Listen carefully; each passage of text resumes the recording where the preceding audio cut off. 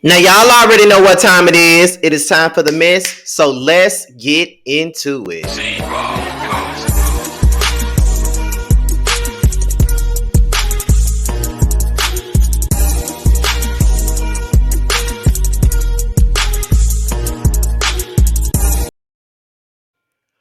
What's going on, y'all? This be your boy Scotty by Nature TV, and we're here for a brand new episode of Yes for the Mess, okay? And we're here to talk about Kandi, Burruss, and Nikki Gilbert. But before we get into these two people that we're here to dish the mess on, let's get into a little bit of promotions that I got coming up on this channel. Let's get into it.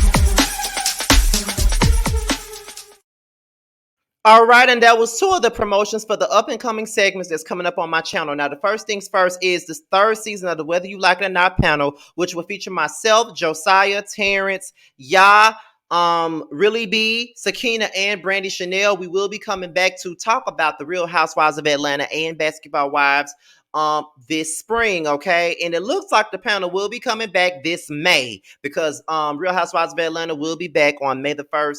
We don't know when Basketball Wives is coming back out, but we do have a release date for Housewives of Atlanta. So as of right now, it looks as though the panel will be back in May. So we have another 2 months of hiatus for you guys. But don't you worry because we also have me and Reggie's show called the Influence. It will be a music-based show. It will be running for 10 weeks. We'll be talking about music and nothing but music. You guys have wanted me to have a music column for a while now, and now we got it, okay? And now the third things third, which is your favorite trio, Josiah, Scotty, and Terrence. Roasted Review will be returning a week from today at 8/7 Central, right here on Scotty by Nature TV. Me, Josiah, and Terrence will be coming together to talk about Kandi and the gang. Yes, that is what this panel would be about. It would be about Kandi and the gang. And on March the 19th, when Love and Marriage Huntsville returns, we will also be touching on that. So Roasted Review this season will be all about Kandi and the gang and Love and Marriage Huntsville, okay? So be sure to tune in to see me, Josiah, and Terrence. We will be rotating this panel. So one week it'll be on my channel, the next week it'll be on Terrence's channel, and then it will be on Josiah's channel, and then it will go right back around again. So yes, so be sure to subscribe to all three of us so you can get your daily dose, well, your weekly dose of roast and review. Yes, indeed. Yes, indeed. And if you haven't seen our past roast reviews, please go to my playlist. I have a whole playlist with nothing but our roast review when we talked about Portia Family Matters, okay? And the next thing that's coming up on my channel is the Boys Night Out. We will be finishing our second season soon. Josiah is almost done editing the vlog, so we have the getaway vlog coming out first, and then the five of us will come back together to do the show again, and we got like 3 more episodes left until we go into our third season. So yes, we will be going on hiatus after the third episode. I mean, after the 10th episode. And Who Was Wrong is also another segment that I got coming out on my channel. It'll feature myself. I know Melon Dated Crowns, Gigi with the Juice. I have those two on there for a fact, but I need at least 8 more to come with that too. That'll also be a 10 episode thing. So yes, I have a lot coming up on my channel. So yes. Be on the lookout for way more content than you've been seeing. Okay. Now let's get into today's tea. Now we're gonna start off with Nikki Gilbert. Now, as you guys already know, I talked about Nikki Gilbert not too long ago when she came out and said that she wanted to bring back the Real Housewives, not Real Housewives, R&B divas, and she wants to put it on her own streaming service, which I totally disagree because she doesn't have the power like that for anybody anybody to be trying to, buy any type of streaming service from her. She could just put that on Peacock, try to get a deal with Peacock, try to get a deal with Hulu, try to get a deal with Netflix, somebody like that to put the show on it. Because we'll watch it. But I don't know if we'll watch it on your streaming platform. And plus, I don't want to pay for another streaming platform. I mean, I already got Zeus, I already got Paramount Plus, I got Peacock, I got Hulu, I got Netflix. I don't know how many more people I need to pay. So anyway, this article comes from the JasmineBrand.com, where Nikki Gilbert discusses her P-Valley lawsuit battle to her battle with the production staff from R&B Divas, and she's saying that she can't believe that she's here 7 years later. Okay, so we're about to get into it. Give me 1 second. Let me get into the article. Okay. Nikki Gilbert sheds light on her constant battle as a media professional. R&B singer turned producer Nikki Gilbert reminded her followers about the adversity she's faced in the industry. Back in 2015, the former Brownstone member took to Instagram to detail her negative experience on the TV One reality show R&B Divas.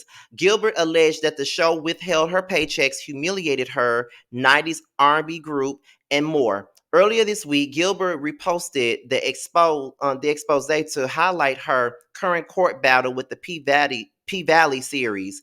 I originally posted this in March 2015. I started my fight for WIRF a month after Maxie died. I can't believe I'm here again with P-Valley 7 years later. My message is still the same. This ain't clout chasing, it's purpose driven. Rest in heaven, Maxie. Repost from Nikki Gilbert. I needed to share this testimony. I really considered throwing in the towel after Maxie died. I didn't have the energy or spirit to fight against the inequality, sexism, bullying, litigation, wage theft, destruction I have suffered over the years at the hands of my R&B divas producer partners. I won't rest until women and girls in the media are treated with the equality and respect that we deserve. Maxie and Brownstone humiliated publicly on R&B Divas ATL because I was stripped of the power or influence as a creator, executive producer to protect our brands. I never would have imagined that trying to keep things positive and uplifting would be met with such adversity and hate.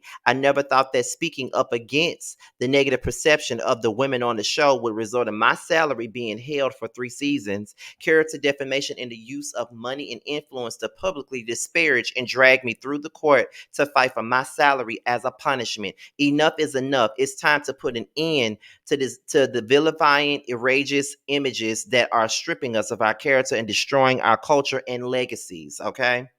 So, Charmaine Maxie Maxwell of Brownstone passed in 2015. According to reports, the 46-year-old cut her throat on a glass cup during a fall. In a recent exclusive with the Jasmine brand, Gilbert reflected on her time as the executive producer of the R&B Divas. She stated that her lawsuit with Stars was reminiscent of her conflict on the show. Unfortunately, there are producers connected to the show that are just going to keep blaming me for the demise of it without anybody really understanding the reality, the truth, and what that situation was. And I think that because I started fighting in season 1, I've literally got emails that I wasn't supposed to get that specifically said that they did not want Selena Johnson and I to be friends, and it worked. I made the decision to walk away and be an executive producer behind the scenes. At that point, I understood that ownership was the only thing that was missing from the R&B Divas franchise. If I had ownership over the show that I created, if I knew the importance of that, it would still be here. It was supposed to be so much bigger than what it was, and because the production company and producers that again I brought on board decided that we gonna take this and just call it ours. And I spoke up about the mistreatment of my cast members. I spoke up about always having alcohol on set. I started to see that Nikki Gilbert's a terror to work with. So I saw the trolls dispatched in that situation. So I knew what to expect in this one. At the beginning of 2022, it was reported that Gilbert was suing P-Valley. She accused the hit drama of stealing and ripping off of her 2011 musical stage play, Soul Kittens Cabaret. The lawsuit was met with criticism from some internet users. Okay, so Nikki Gilbert is basically once again speaking out on her time as a producer on the R&B Divas, and at this point, I don't really know everything that's going on, but I do know that she did sue P-Valley producers for stealing her concept from a play that she was in 2011. I never heard of the play, not once in my life, but you never know. A lot of the times, these producers and these writing teams do see things that most people wouldn't see, the general public wouldn't see, and because ain't nobody seen it, they feel like they can take from it. That does happen a lot, so that could could be the situation. But Nikki, I don't know. I mean, she says that the production team of R&B Divas had her looking a certain type of way, but I don't know if that's really the case. I feel like that's really how she was. But to each his own, Nikki. But I do want you to bring the show back. I definitely want you to do that. I definitely do. So yes. My heart goes out to Nikki or whatever. I really feel like R&B Divas was a gem, and I just wish that it would come back. And but I hope we get more details on what really happened with that situation. But at this point, it's just like, I'm just going to put out there that this is pretty much reminiscent of what I went through on R&B Divas. This whole P Valley lawsuit is basically the same thing. So that's pretty much what she's saying with that. So I really hate that that's what it is for her. Now next up is Kandi. Now we already know that Kandi and the Gang is about to start this Sunday. Her first spinoff is about, well, not her first spinoff, but a real spinoff, not a 3-part commercial or whatever. So that's pretty much the gist of that. So that's about to start up. And but she's here to talk about some tea that went down during season 14 of the Housewives of Atlanta, where her and Marlo got into an insane altercation. Okay, so we're about to get into it. Let me go and get my Bluetooth speaker, and then we're gonna play what we got. Okay, so let's get into it. Let me move this mic back some. Let me move it back.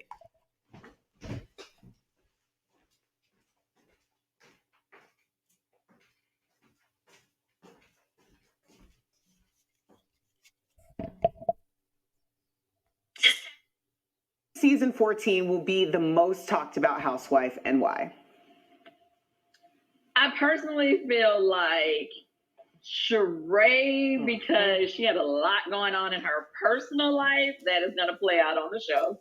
And then also, honey, like we've been talking about She by Sheree forever, and yes. And we're gonna finally see if it comes together. Like it was a little, it was a few moments where I was like, girl, like you've been waiting all this time, now you better get it together. So yeah. Are you saying that there's going to be a fashion show with fashion? I guess it's safe to say because it was on the blog. Yes. She by Sheree had a fashion show with fashion. Lord, thank you. But the problem for us was that it looked like it almost was not about that. And I'm like, girl, all this time.